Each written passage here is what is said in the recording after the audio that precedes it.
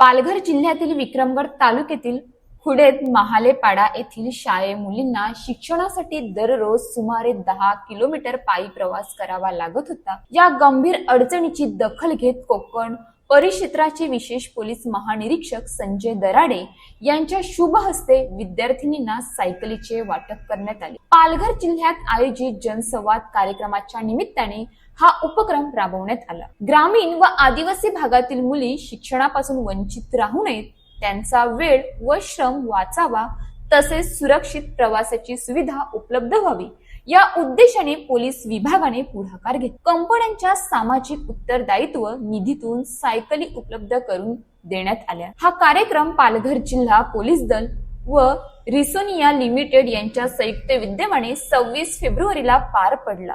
कार्यक्रमास विशेष पोलीस महानिरीक्षक संजय दराडे प्रमुख पाहुणे म्हणून उपस्थित होते। यावेळी पालघरचे पोलीस अधीक्षक Yatish Deshmukh, project director Khavda sub station Puranje येथील अतुल गुप्ता, जिल्ह्यातील वरिष्ठ पोलीस अधिकारी, ग्रामस्थ, विद्यार्थी तसेच कंपनीचे पदाधिकारी मोठ्या संख्येने उपस्थित होते।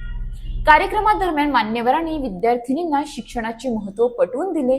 ग्रामीण भागातील मुलींनी अडचणीवर मात करून उच्च शिक्षण घ्यावे असे आवाहन करण्यात आले। प्रशासन आणि उद्योग क्षेत्राने एकत्र येऊन सामाजिक बांधिलकी जपत राबवलेला हा उपक्रम सर्वत्र कौतुकास्पद ठरला। या सायकलींमुळे विद्यार्थिनींचा शाळेपर्यंतचा प्रवास अधिक सोयीस्कर व सुरक्षित होणार आहे। त्यांचा वेळ वाचून अभ्यासासाठी अधिक वेळ देता येणार असून आत्मविश्वासातही वाढ होणार आहे।